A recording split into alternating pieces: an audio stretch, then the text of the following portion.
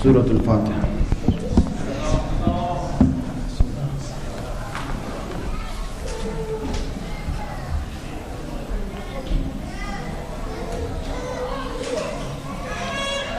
حسبنا الله ونعم الوكيل نعم المولى ونعم النصير أعوذ بالله من الشيطان اللعين الرجيم بسم الله الرحمن الرحيم الحمد لله رب العالمين والصلاة والسلام على أشرف الأنبياء والمرسلين سيدنا ومولانا أبي القاسم محمد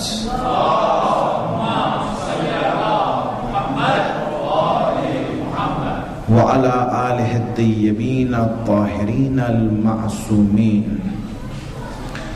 أما بعد.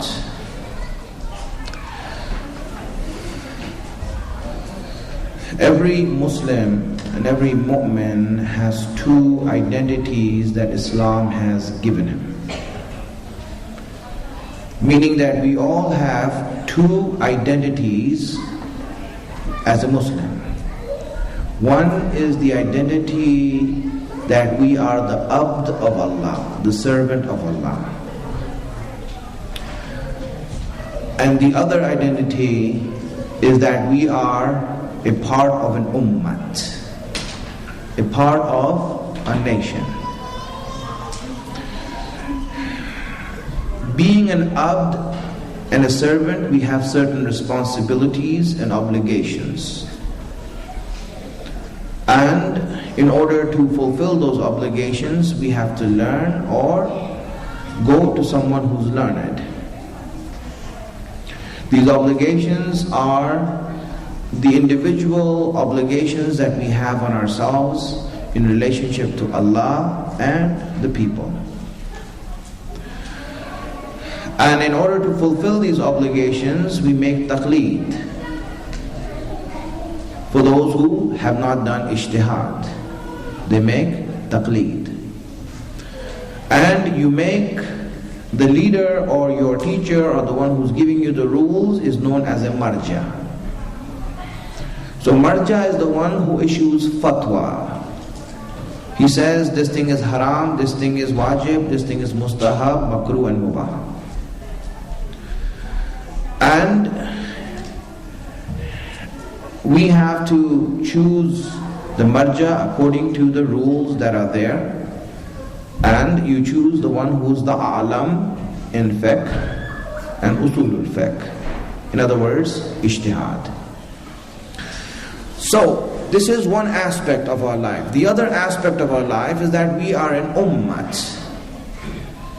We are a nation.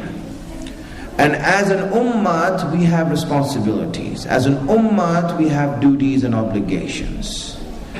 Allah has mentioned that in the Quran also, as I mentioned yesterday in detail. And this ummat, any group of people, wherever there is ijtima of people, a group of people that gets together, wherever there's an ummat, there needs, by necessity, aqlan, there needs to be a leader of that ummat. If we can find any organization that doesn't have a leader, or can we find any nation that doesn't have a leader, or any group that doesn't have a leader? The leader of that group, if there is no leader, then the group doesn't exist. Everyone will be on their own. But if there is such thing as a group, if there is such thing as an ummat, then that ummat must have leadership in order to guide the affairs of the ummats, not the ahkam that is needed for the individual. Not the rules that are needed for individuals, but to guide this ummat as a whole. And that leadership, in technical terms, or it's used in Shara and other places, is called Wilayatul Faqih. Wilayatul Faqih is the leadership of the ummat, not of the individual, not of the person, not of us doing our actions that we are needed towards Allah. And hence, because the Wilayat al-Faqih is in charge of the ummats, not only does he need to be good in fiqh, not only does he need to be a mujtahid, but other than that, he also needs to have the ability to run a society. He needs to have what is known in Istilah as Qudratul Mudiriyat. He has to have the power to organize and administrate and manage the affairs of the people. This is on top of the fiqh. And a marja doesn't need to know this aspect because he's not dealing with the management of society. He's not dealing with the administration of society. But a leader has to deal with the administration of the society. If he doesn't have that, then it means that he will not be able to manage the society, and the society will become dispersed. It won't remain a society if the leader is not good. I'll give some examples. For example, if the father in the house doesn't know how to manage his house, he doesn't know how to do administration of his house. If he is not a good leader, then you will see that the children, the people who are in his house, they will cease to function together, and it will become a dysfunctional home. It becomes a dysfunctional home. You'll see, for example, if ever you see a house where the children are doing their own things, they're not together, everyone's going here and there, it's because the father is not able to be a good leader for them. If he's not a good manager, if he doesn't know how to administrate and run their affairs, then they stop trusting him and they will go and find someone that they can trust, or they will do their own things. It becomes a dysfunctional home. Just like that, we see that if a leader doesn't have the ability to administrate the people, then you see that that leader, that community, that society, that nation will become dysfunctional. And there is when you see, for example, people who are unhappy with the system and they are making their call of their unhappiness. Hence, the leader has to have the ability to administrate. Let me give an example from history so you understand this. If you send me salawats.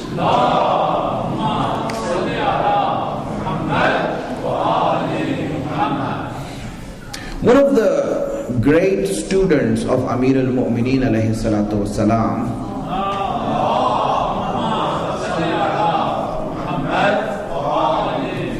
that obviously we know him very well because of the dua we read Thursday night, is Kumail ibn Ziyad al-Riyahi. Kumail was a very special student of Imam Ali. He was an alim in his own right. In fact, he was such a person that Imam Ali, whenever he wanted to say something special, he would take this companion of his, Kumail, out and speak to him alone and give him knowledge alone. Many hadiths we have, many sayings we have of Imam Ali that are from Kumail, who heard it from Imam Ali because Imam Ali did not say it to anyone else but Kumail. So obviously Kumail had the ability to understand the deep lessons that Imam Ali wanted to teach. In fact, there is one, you will see this what Imam Ali told Kumail, that hahuna ilman jam'an, that over here there is a treasure of knowledge in my heart, but I don't have anyone to give it to. And this is the knowledge that he used to give to Kumail, because only Kumail could understand that. So Kumail, amongst the companions of Imam Ali, was an alim in his own right. He was one of the most knowledgeable person in his own right. When Imam Ali became the Khalifa, when he became the ruler of the people, so he had sent Kumail to become the governor of a certain area. Kumail, he's an alim, he has knowledge of deen and ideology. He went in order to run the affair of the people in that certain place where he sent them to. So then what happened is that few months passed. Few months passed that the people from that region came to Imam Ali with so many complaints and said, please, he's not able to run the place right, he's making mistakes, please call him back. Imam Ali had to call Kumail back from that governorship and send someone else in his place to administer the people.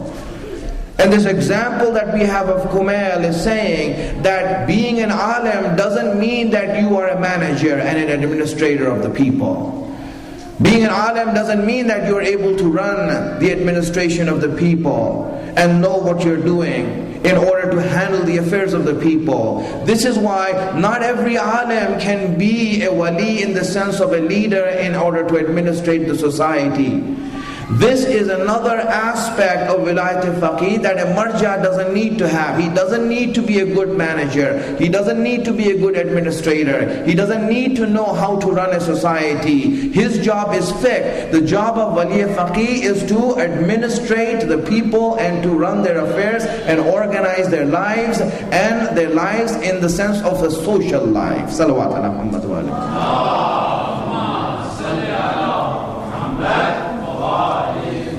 In Ziyaratul Jami'ah, we read from Imam Hadi alayhi salam that when he taught this ziyarat, read that ziyarat and it will say one of the qualities of the Imam, one of the titles of the Imam that he read in this ziyarat and he taught to his companions. When they asked him to teach us a ziyarat that we can read at the grave of every Imam. Ziyarat al-Jami'ah is that ziyarat that you can read at the grave of every Imam. You go there, you read this ziyarat. Why? Because this is about A'immah and it explains the role of Imams in the society, the role of Imamat in society. And in that, one of those lines that he used in order to call to the Imams and that we call to the Imams, that Imam has taught us is, Ya Sasat al-Ibad, O politicians of the people. Meaning one of the titles of the Imams is that they are the politicians of the people. Sasat is from the word siyasat. Siyasat means politics. He said that, Imams, you are the politicians of the people. Meaning that you are the ones who run the affairs and organize the affairs and manage the affairs of the people. Meaning the rightful ownership of management of the people is with the Imams. They are the ones who, the leader is the one who has to manage the affairs. And this is why we see that one of the aspects of being a wali and being a wali of faqih has to be that you need to administrate and you need to manage the affairs of the people. Not just know fiqh, but to know how to organize the people amongst the other things that we had mentioned before. Salawat ala Muhammad wa ala Muhammad.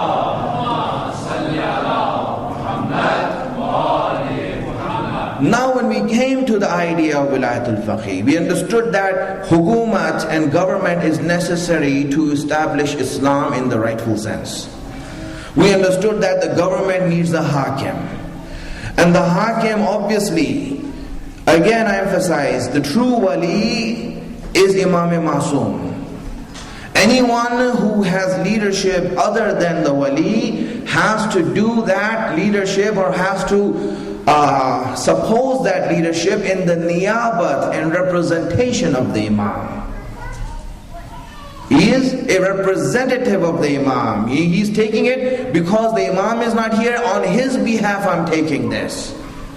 My friends, who has the right to this member? This member that you have here and everywhere else in every center that you see, what is this member called?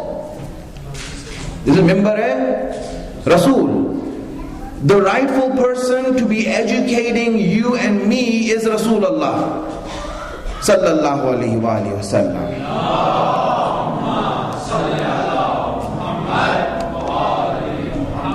It is his right to be on this member to teach us, not my right. I cannot sit here saying that this is my rightful place. No, it is not my rightful place to be here. This is the Prophet's rightful place to be here and us being the audience learning from him. This is his right and his haq. But does that mean if he's not here, no one's going to sit on this member? That no one's going to teach? No one's going to educate? You see, so if that necessity is there of teaching and education, so now when the Prophet is not here, what are we going to do? We'll say, well, he's not here, and the Imam is not here because he was his successor, his wasi. He's also not here. So this mimbar will remain vacant until they come back from ghaibat. When the Imam will come back from ghaibat, inshallah, then he can come and teach us. Until then, we will remain ignorant. My friends, we don't do that because there's a necessity of us learning deen. There's a necessity of people going and learning deen and coming back and teaching. So where are they going to teach from? Why did we decide that, listen, this is the mimbar of the Prophet and the Imam. No one can sit on this mimbar. Hence, if you are an alim or a mujtahid, we don't care. You are going to stand up and give a speech. That's it. See, do we say that? Does anyone say that? Did anyone raise that issue? That, hey, why isn't that here? Why are you sitting there? That's the place of Imam Zaman. You cannot sit there. You see, we have no problem with someone other than Imam Zamana sitting on the rightful throne, that is the mimbar.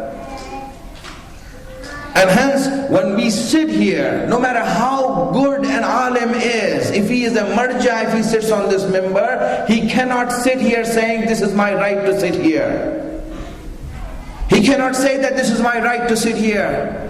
So if I come and sit over here, on what basis am I sitting here? On what basis am I teaching? On what basis am I speaking? My friends, the basis of me sitting here is not that this is my right, but I am representing the person whose right it is that is to sit over here.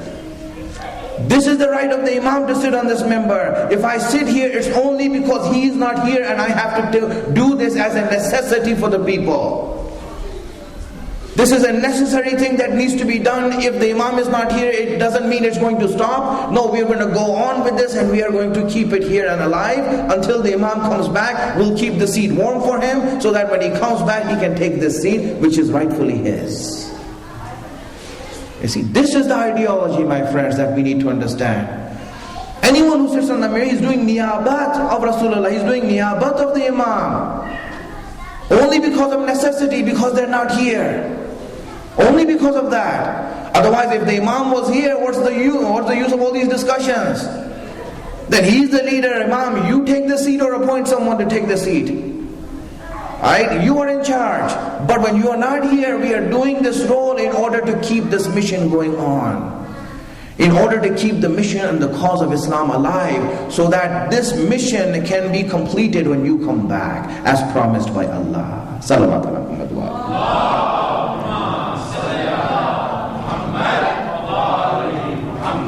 So, when we speak about the ummah, my friends, and the leadership of the ummah, the leadership is assumed. Anyone who assumes the leadership of the people, he assumes this not as his right, but as a representation of the Imam who is ghaib. Because the Imam is not here and this role has to be done. This society wants to lead an Islamic life, and hence they want an Islamic system, and hence that person who has the rightful qualities in him, then when he assumes that responsibility, then he is doing it on basis of the fact that he is representing the Imam. This is his rightful place. I'm just doing it because the Imam is not here. That's the reason, my friend. So now, when we understand that, now let us come to this point. That when this wilayat, this leadership of the ummah, was for many years left empty. For many factors. I don't want to go into all the factors. These factors are that, for example, she has never had a chance. There was never an opportunity. We were always oppressed.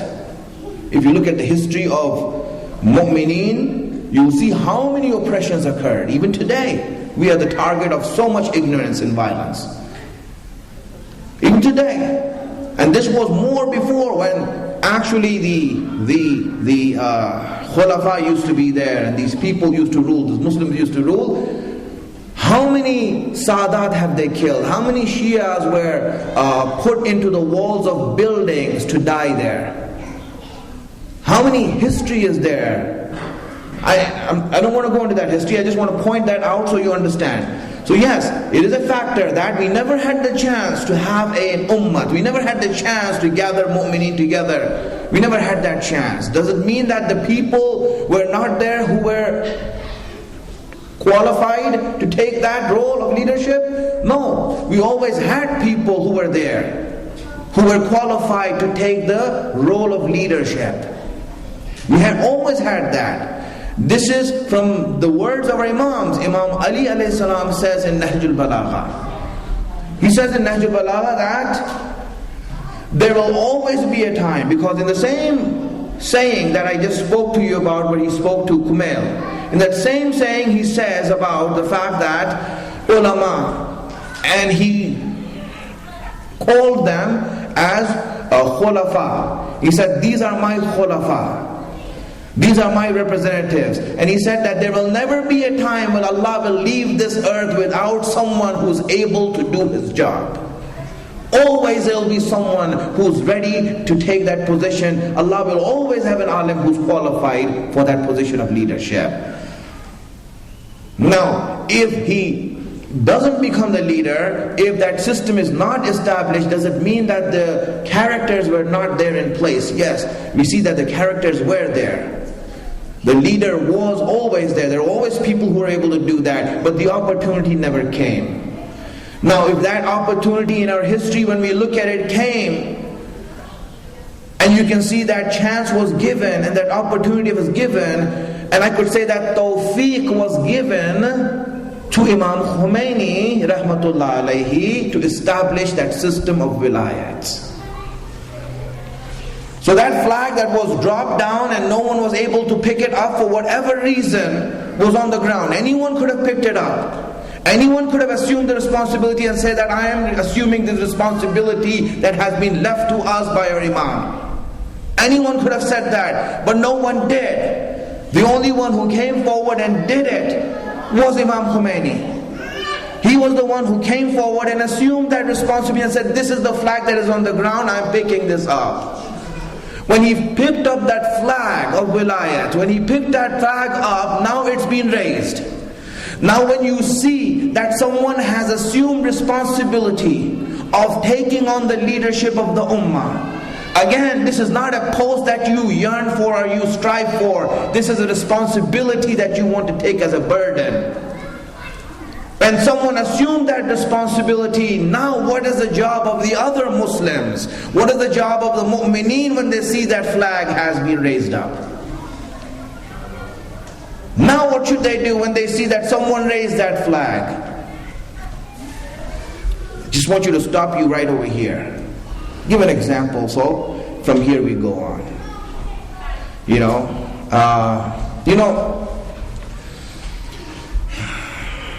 In America, when we came here, all of us came here as immigrants, so when we came over here, there was a time when people, were not so much religious. They didn't know about Islam, they didn't know about Deen. Yeah, they know they're Muslims. The only haram thing was pork. Right? Everyone knew that you cannot eat pork as a Muslim. Everything else was Alhamdulillah and Bismillah. Right? That was the way it was. The ma'rifat of Islam was very less. We grew up in that environment, right? So now what happened is that in the community you have like 8, 10 families, 20 families.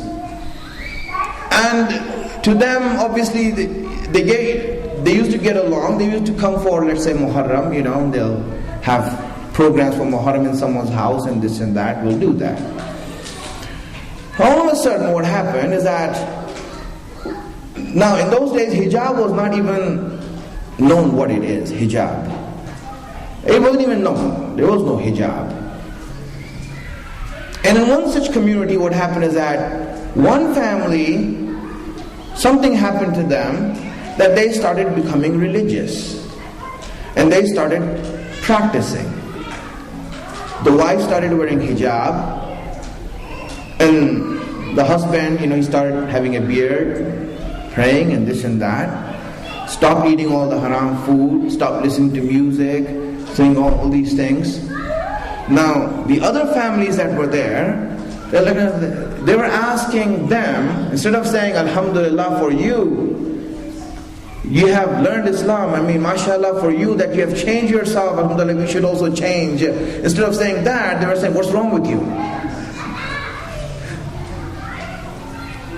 Instead of saying that, what's wrong with you? Aren't you happy that, they're practicing Islam? Aren't you happy that they want to practice Islam, they want to obey Allah, and that you should strive to be like them also?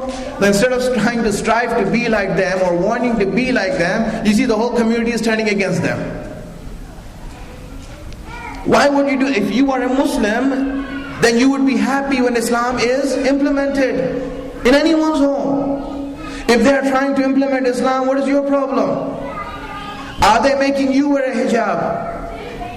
Are they making you stop listening to music? They didn't say anything to you. They started doing it themselves. So when they're doing it themselves, at least you shouldn't oppose it. As a Muslim, you shouldn't oppose it. I would understand if you're a kafir and you don't want Islam to even grow anywhere. But you're a Muslim. At least you should want Islam to grow. At least you should want Islam to be practiced. At least you should want that. Salawat ala Muhammad wa ala Muhammad.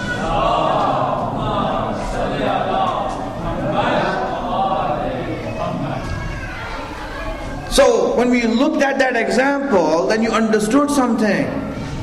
My friends, really you need to understand, the problem is not with that family that is practicing. The problem is the families that are not practicing. Why aren't you doing that? Don't you have the choice to do it? Aren't you at the same level as they are? Aren't you in the same position as they are that you can choose to do that? Instead of wanting to be like them or wanting to change ourselves to be like them, everyone started opposing that family. Tell me, what does your aql say? Was it wrong for them to do that? Or was it wrong for that one family to start practicing when no one else was practicing? I'm just speaking to you through logic now, my friends. Just trying to tell you this something. My friends, this is the same issue here.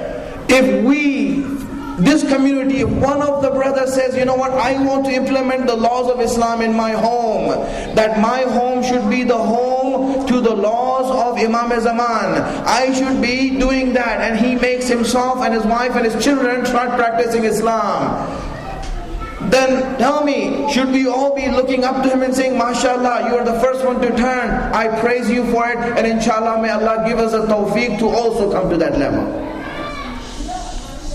My friends, this is the exact example. You see, when we saw that one country where one leader raised the flag and said, this is an Islamic government. Fireworks are going on outside and inside.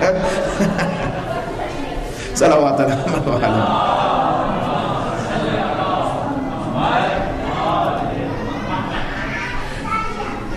If one leader in one country has raised a flag and said that this is an Islamic system, we want to establish Islam here, and the people came around him and they said that yes, we want to establish this, then for the rest of us, we should be looking at them and saying, Alhamdulillah, you took that step that no one else had taken. You have that tawfiq that no one else had. May Allah help us and give us the tawfiq so that we can be in the same boat as you are. And if anyone opposes them, then the question is, why are you opposing them?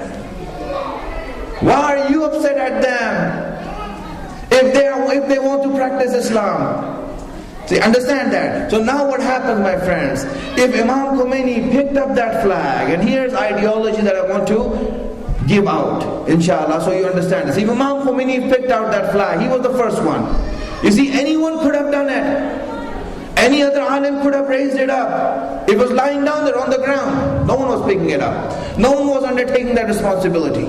No one was doing it. So if someone takes it up and raises it high and says that, you know what, this is what Imam wants from us. This is what Imam Zamana yearns from us. So now what happens is that we as mu'mineen, what is our duty now towards that flag? What is our duty? If someone takes that flag up and says, this is the Islamic struggle, The movement is going on. Imam Hussein's mission is not dead. What started in Karbala is not dead. It's still going on. Is there anyone to raise the flag of Karbala again? Is there anyone to raise that flag of that movement again? Someone came along and raised it. Now when he raised it, now it's our duty to do what? To say that if that is a flag of Islam, then if I am a Muslim, then I have to support that flag. I have to support that flag if I'm a Muslim. If I'm a kafir, yes, I would be against it. I don't want that flag to be raised. Friends, very simple. If you see the flag outside here being raised, how would you feel? You know, alhamdulillah, we have lights out there. We don't have a flag out there. Right? Well, let's say if an oppressive flag was raised there, and you being a Muslim, how would you feel about that oppressive flag? You would be against it also. You won't be for it if you were a Muslim. And hence, but if you see the flag of Islam being raised, then you would be happy. Then you would support that flag, because that flag is a flag of Islam that is being raised. That we want to practice Islam. We want Islam in our lives. We want the Shariat in our lives. Understand this, my friends. Here, I just want to give one thing to you so that it becomes clear to you, my friends. I told you two things are there. Right? One is hukumat, government. And the other is hakim. Both of these things are there. One difference I want to make you understand between any system that we will have now and the system that we will have under Imam Zaman.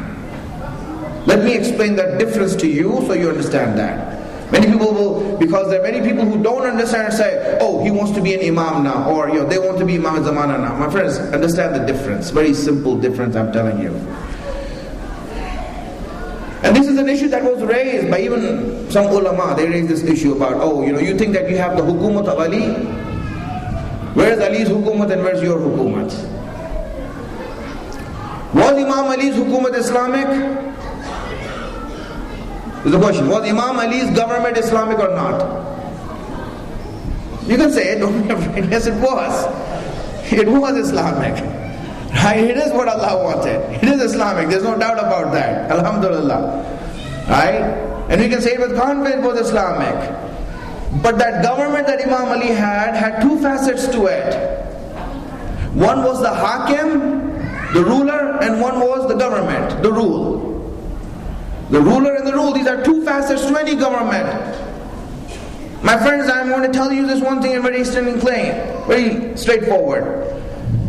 You see, when it comes to the hakim and the ruler, Imam Ali is masoom. He is masoom, he's infallible.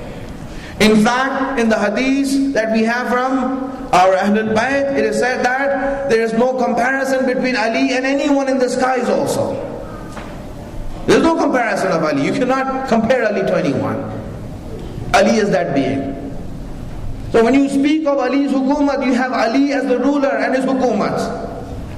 Ali was masoom. Now tell me, was his hukumat and rule masoom or not? Was the government masoom or not? Imam Ali is masoom, but is the government masoom? The government of Imam Ali, even though Imam Ali is masoom, but the government cannot be masoom. Because the government is made up of people like you and me. The government is made up of people like you and me. Who is Imam Ali going to appoint? Someone masoom? Imam Ali, you are the only one masoom. Now, the only choice you have is with us. Sinful people. We are here. We are greedy, sinful, and we are under our temptations. So Imam, you tell us now, what should we do? Imam Ali chose people, the people he chose to put in the government, and the people on whom the government is running, were they masoom? They were not masoom. And hence, now when we see the hukumats that we want to establish, if the Imam is not here, very simple, my friends, the hakim will never be masoom, we know that. If there is a wali of faqih, he is not masoom. But do not expect the hukumat to be masoom. The government is Islamic. It's based on Islam. It is based on Islamic ideology. It's based on Islamic principles. As long as it's based on that, do not look at the corruption of those people running it, because Imam Ali's own people were corrupt and running away with money. How many places did Imam Ali have to ride and run after those people who are running away with the money of the people? In his own government, the people he appointed. The people he appointed, they're running away. My friends, understand this difference. It doesn't, the hukumat is Islamic, it's not going to be masoom. An Islamic government doesn't mean that it's an infallible government. Islamic government is a government that's based on the principles of Islam. That's all it is. Like I have explained before. So now when you see that, Imam Khomeini raised that flag, and I want to end soon. Imam Khomeini raised that flag. Now that flag is raised. From him it went to Ayatollah Khamenei. That flag came there. Everyone had the right to pick up that flag, but no one had the tawfiq to do it. No one had the chance or opportunity, whatever you say, no one did it. That's reality. Imam Khomeini did. He raised the flag. Now, if you're in an army, my friends, if you're in a battlefield, if you're in an army, and the flag is raised, your job is to come and support that flag. If we are one group of people, if we are one ummah, then if the flag is raised for the ummah, the job of the ummah is to get around that flag, to support that flag, to be around that flag, to make sure that that flag doesn't go down. Why? Because someone raised it.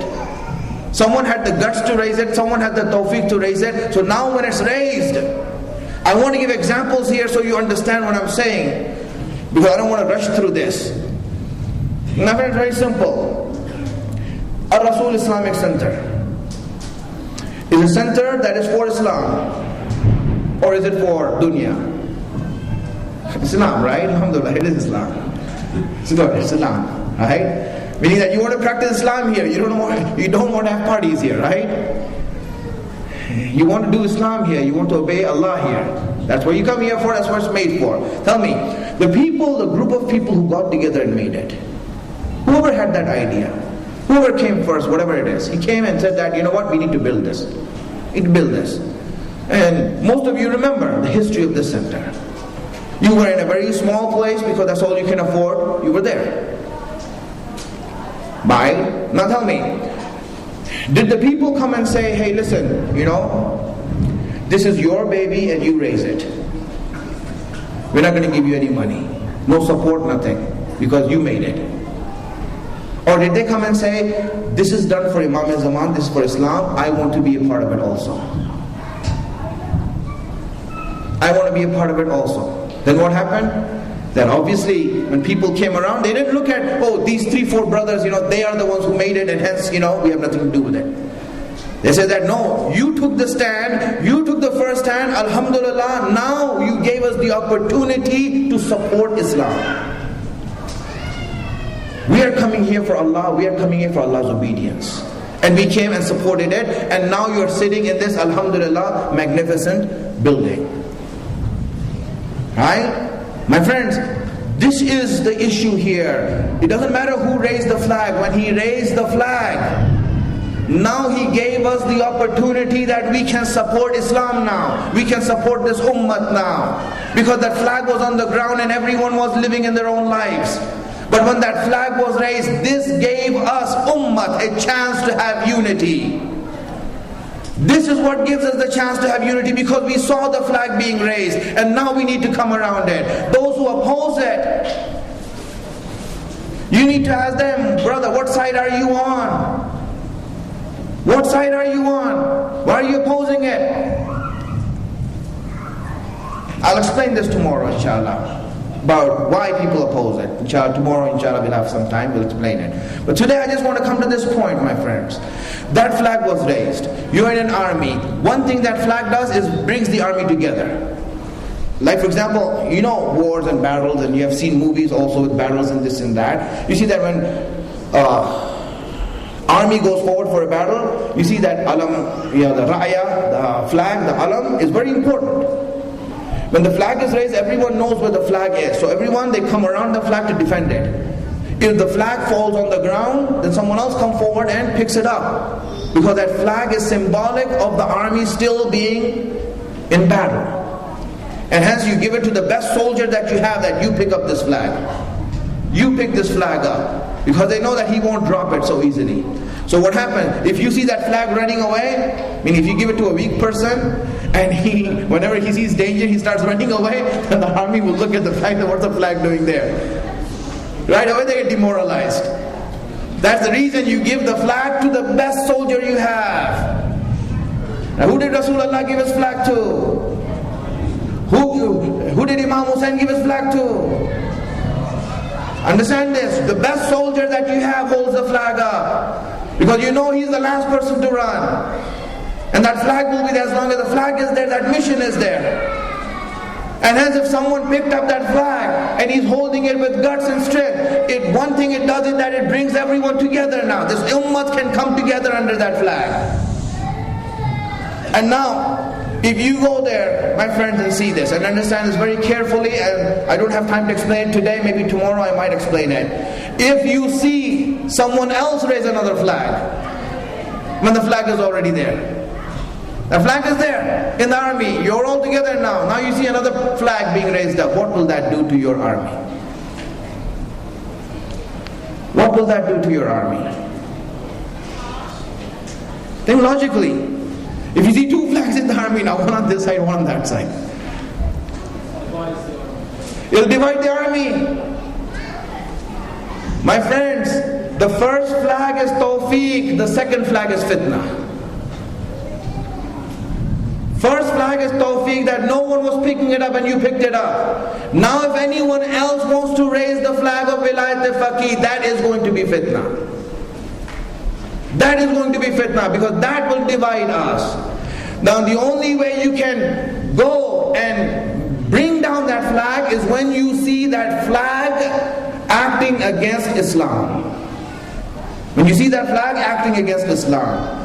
For example, if someone is leading the prayer, if I come over here and lead the prayer, everyone is praying behind. Tell me, when will my imamats be destroyed? When is it that you cannot pray behind me? And you shouldn't pray behind me? When is that? When you see that I lose my adalat. If I lose my adalat, if I do haram, if I do something wrong, then and then only can you say that no, he shouldn't be leading the prayer.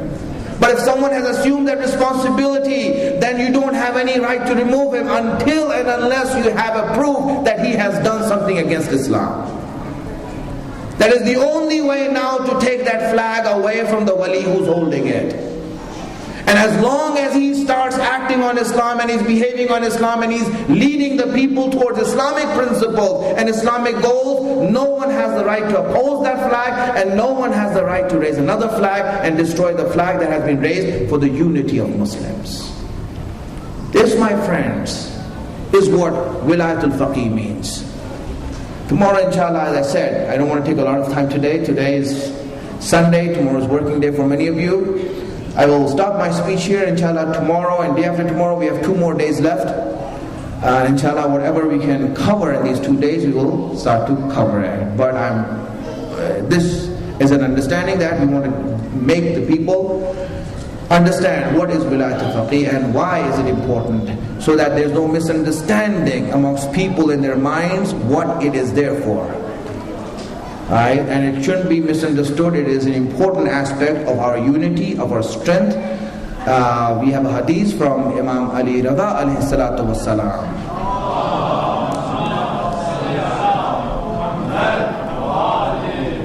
Of the benefits of this leadership.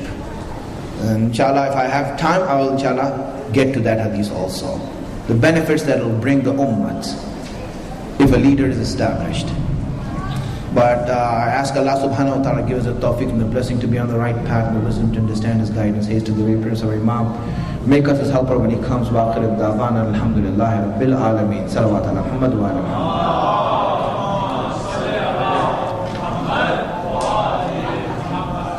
Any questions?